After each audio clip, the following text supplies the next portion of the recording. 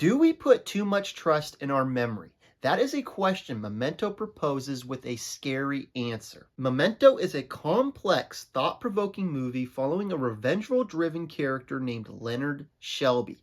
Leonard suffers from anterograde amnesia, aka short-term memory loss, a condition affecting around 100,000 people annually, removing Leonard's ability to form new memories since the traumatic event that took place with him and his wife. Memento roams with many interesting themes, none more than its ties around memory. In this video, I will explore how Memento showcases how unreliable memories can be through quotes and Leonard's character, and talk about the lessons it provides for our lives, and where we can appreciate the gift of memories, but understand how deceitful and harmful they can be, limiting our potential and happiness. So, the movie explores these concepts around memory in many different ways, many different forms. And the first form I want to talk about is through the quotes throughout the movie. The first quote that comes to mind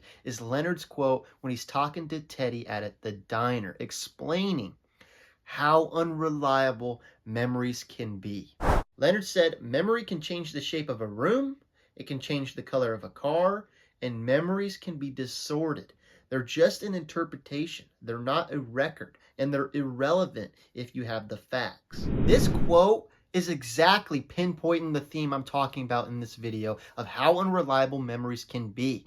It talks about how memories are just an interpretation and they can be distorted. And this can be used to lie to ourselves without even knowing, subconsciously, or us knowing can lie to ourselves with memories. And this is shown in the next quote I want to talk about with Teddy. This happened around the end of the movie, where Teddy finally confessed how he was kind of lying to him, but then hit Leonard with the truth. And the quote was this: "So you lie to yourself to be happy. There's nothing wrong with that. We all do it." This quote is so interesting to me because it plays to the fact, or begs the question, of how many of our memories are so distorted that they lie to ourselves.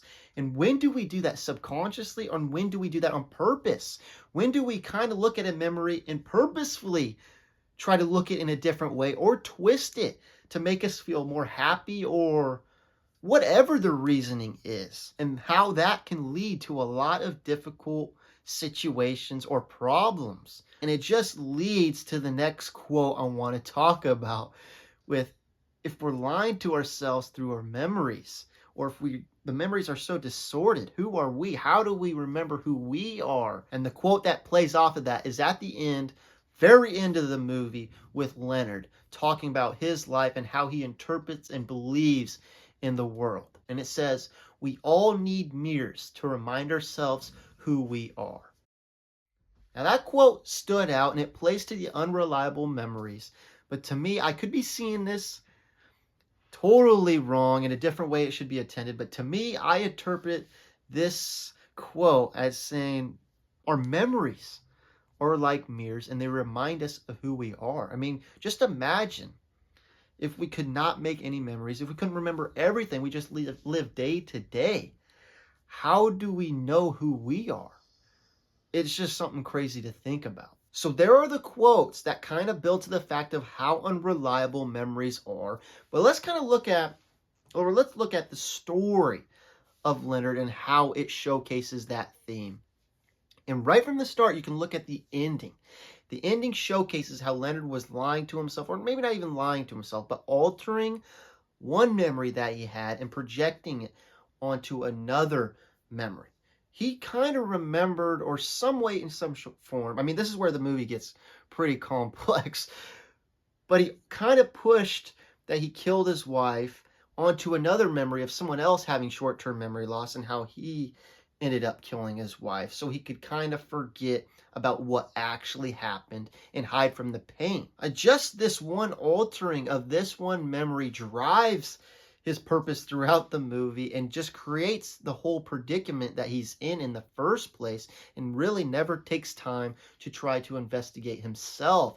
Instead, he's just driven by this revenge arc, but never can realize of how the distorting of memories, or maybe doesn't even want to remember certain aspects, as we saw in the end, where he chooses not to write down the facts that Teddy gave him. And that just brings up to my closing points about the takeaway, or how it kind of relates to our lives.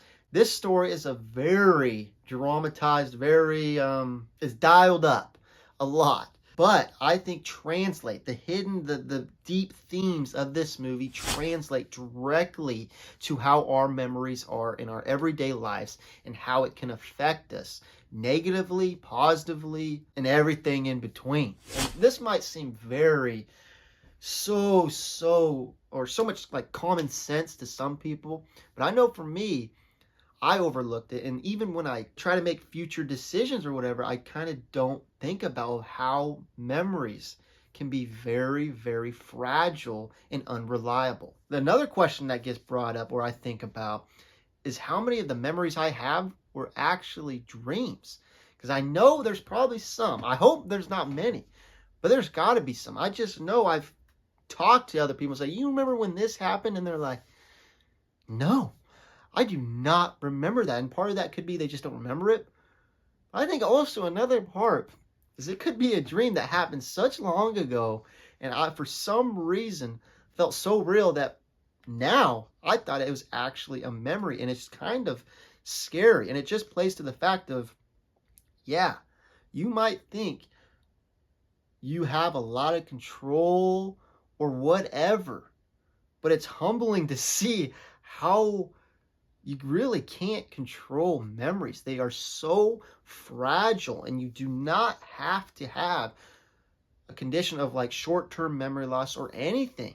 You could have a quote unquote a perfect brain, and I still feel you will struggle with it. And your memories can still be manipulated, like we saw Leonard's were.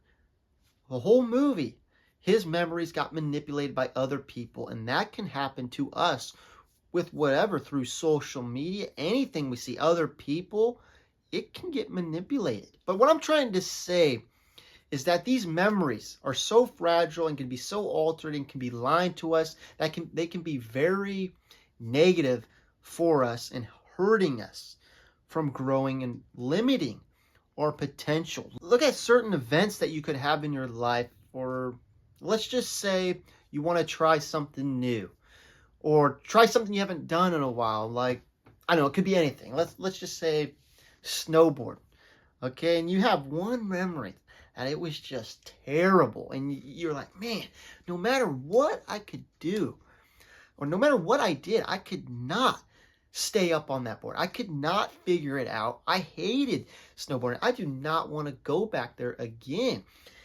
Fast forward some time, though, that memory can get altered, whatever, and can strengthen, and you could start to forget, well, shoot, did I not get sleep that night? Was I tired? Or how much did I really try? Or did I enjoy being up in the mountain? You can forget certain aspects, and you will never try whatever you want to do. You'll never try snowboarding again because that memory has gotten even strengthened. It's you see what I'm trying to say. So it can hinder us, and there's a lot more important things to us that we value. I mean, family members, relationships, that memories can alter and affect and make our present times worse, which is never good. And lastly, the last little section I want to talk about is relationships. Think about grudges that sometimes people can hold. And when we look at it, we can have a certain event happen or whatever with a relationship, and all of a sudden, time goes by, the memory alters a little bit, and it might seem that whatever happened was even worse than it was. All I'm trying to say is memories are faulty. They're a beautiful thing, but maybe we got to analyze them a little bit more, or not just live by memories, or not make so many decisions, important decisions, just basically off a quick glance at a memory. So that was very long-winded, but what I'm basically all trying to say, my biggest takeaway from this movie is really appreciate memories. Appreciate being able to have memories, to be able to form memories, because not everyone can. And it's something that I do take for granted, and probably a lot of us do.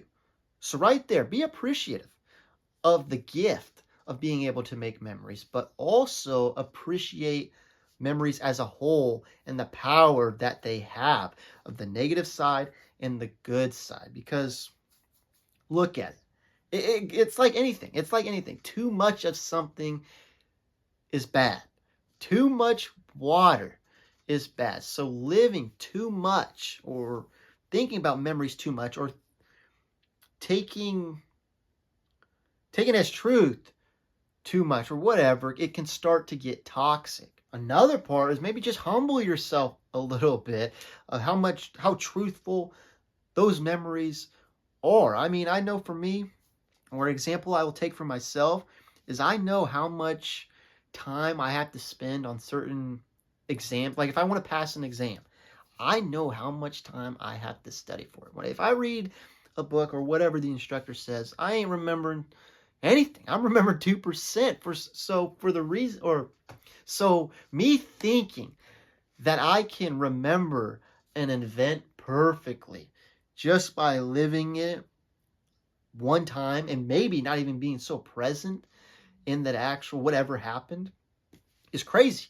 It's crazy thinking I can remember every little detail of a memory. So I would say maybe not being so attached to memories in some type of ways could help us grow, or maybe just seeing, like I said earlier, seeing the full picture of the memories, the good, the bad, and taking it. Maybe letting memories come and go, not sticking and holding on to a memory with whatever it is, because that is where problems maybe could arise. So to wrap this up, I've probably been rambling like crazy, probably not even getting anything. I hope there's some little things that people resonate to, or this can help someone in some way. Thank you for watching. Peace.